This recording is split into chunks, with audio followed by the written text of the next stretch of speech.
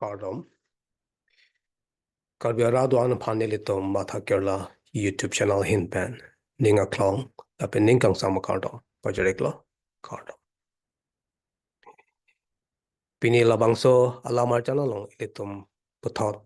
munit aning aputhak le chitan thuik lona. Ilitum akamatha bonitum akamatha ki ongdung ke negative sikamatha tha negative pote akimikali akehino putapon lo. Neun ni thekte ne re lại chắc chắn là cái mi cái li ukamata là bên bang phanta thek the re kenu sikamata là son kamata phan ke negative thinking bula PTC li tum ke ong dong negative thinking ke dola athema behave pen ta li tum la son sikamata bangalam karjo jone li tum a behave pen ta nang ke thek the nang re pula son kamata siddo komat se li tum nang ke ning joino ni ke ning joino pula son kamata ani bang ta bang pen karjulong bang ngi po jone elitum la puson kamatha to kok titi la si ki ongdung ke elitum negative se kamatha sita la kali je elitum negative che pa be ji pone sita apor nang kok pia thema athema isia negative akamatha papra yi pulte nangli 17 times mate concrete troxy an akamatha nang la akimia akamatha ba ta simone tum ning ding nang kok apor nang kok ka large phan sita la un vek ji ni un e pu chama tha det lo pote la so un e chapa pra yi pu lo te nang li non pini claim loss de un e det lo man ni un e pu ma tha la so ka ma tha ke negative ka ma tha lo la so ka ma tha pa pra yi pu lo te ni un pu la son nang li concrete troxy an ma tha nang la an si la pra je la si positive thinking mate ke no pena ki me ke large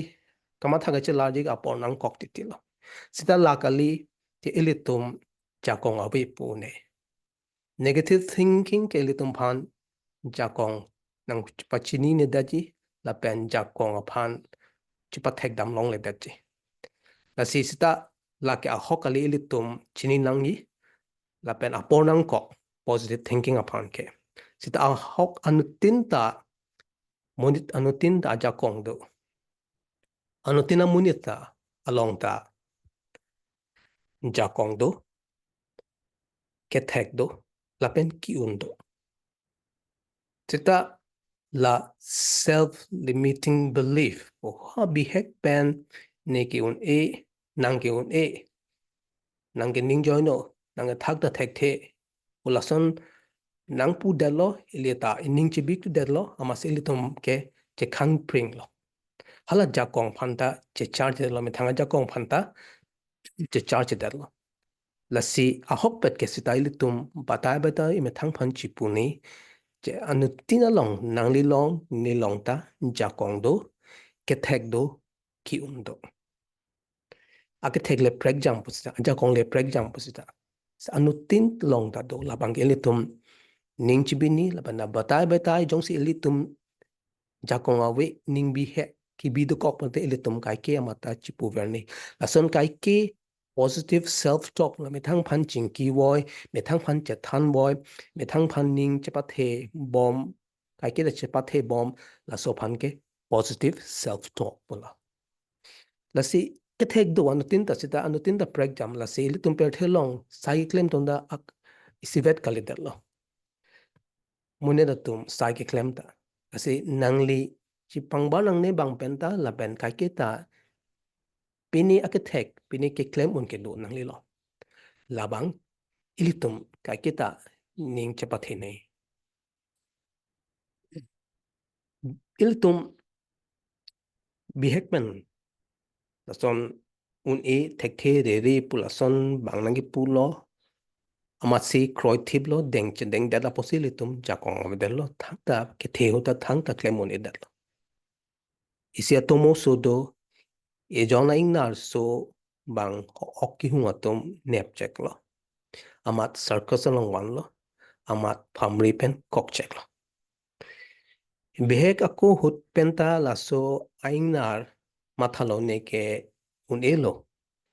cartoon elo ni ke jakong avelo pokamata jone ha api the dung an ta lang jakong awi pochamata telo labang so ingna setelah ke joy pick pen cartoon kita alang metang ke chamata ni un e ni the ni jakong awi ni ki un elo ni phan ke nangra khatlo plus song ke chamata masi la ingna ke the a jakong do pe ga bangta un e po chamata det masi jakong ta che pharang un det lo jakong ta che paklang un det la poson thot si limuni la tom ta la son penya jo kong do ke thek do sita bihek pen la son de thek the ne re ni ke ning join no ni ke un e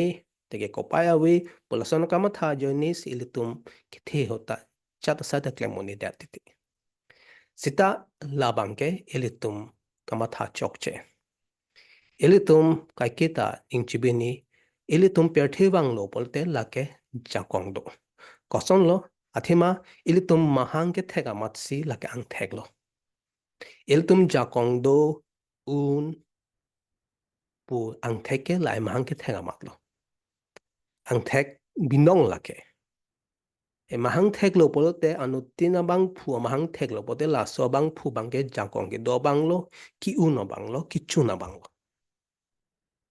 athema elitum pethi bang bea prang isi akache do elitum RJ ko son lo elitum RJ ke cells polo medical science tem den da cells polo lapen ili pailong adim long le aprang elitum ke cells lapen lada ke chepati thipik do medical science tem bang ta isi complex process bird mahange thek e pailong ke dam lake isi ke sung pek asai lapen cells atum ke chepati do elitum suri do pik lakaun e an a cells elitum asona cells tumensi ke chepati na lasung ke chepati along lake mahang thek thea prang lo e pai long dam de prang lo e pai long adim ke long ji apani si ke chepati thi pik to laso do an ang bong pen ki una bangke nang lilo ni lilo la si elitum per the long e pai dim ke le bangke lake inu jakong ki do bang lo jakong ki do sel lo ki una bang tru lo lake ang deng kil de pa prang bang lo ang deng isi first position ke le bang lo la phansi ar pu la pen abar side do kok ta si ilitum hang thek lo polte la chinang pa ilitum haladak ke chapati long un elo la pen a hok pet jakong do la si per thelong wang do asi jakong do ki un do se ki un le anutin ta prek jam do si ilitum chini ni lang ok per thelong wang lo pote pinya ke thek jakong do binong plang mena pinchong lo pote la ka jakong do bek lo non ok phanda pinchong lo pote ok ta isya jakong do ki un do ke thek do la ke lang ke bek